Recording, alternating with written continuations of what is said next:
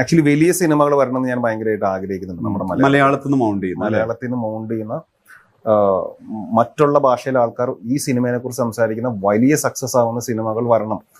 എന്നാലാണ് ഒരു industry growth ഉണ്ടാവുള്ളൂ.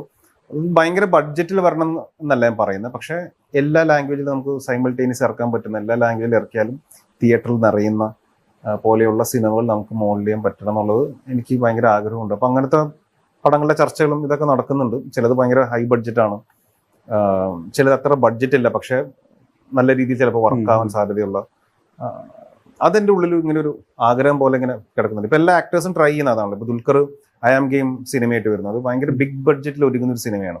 അത് മലയാള സിനിമ അത് എല്ലാ ലാംഗ്വേജിലും ഡബ് ചെയ്യുന്നു, മൾട്ടിപ്പിൾ സമയത്ത് സൈമിൾട്ടേനിയസ് ആയിട്ട് ഇറക്കുന്നു. ഹിന്ദി മുതൽ എല്ലാത്തിലും ദുൽഖർ ഇറക്കാൻ ശ്രമിക്കുന്നതിന്റെ മെയിൻ റീസൺ എന്താണ്? അങ്ങനെ ഒരു സിനിമ മലയാളത്തിൽ നിന്ന് വരട്ടെ എന്നുള്ളൊരു ആഗ്രഹം കൊണ്ടാണ്. അത്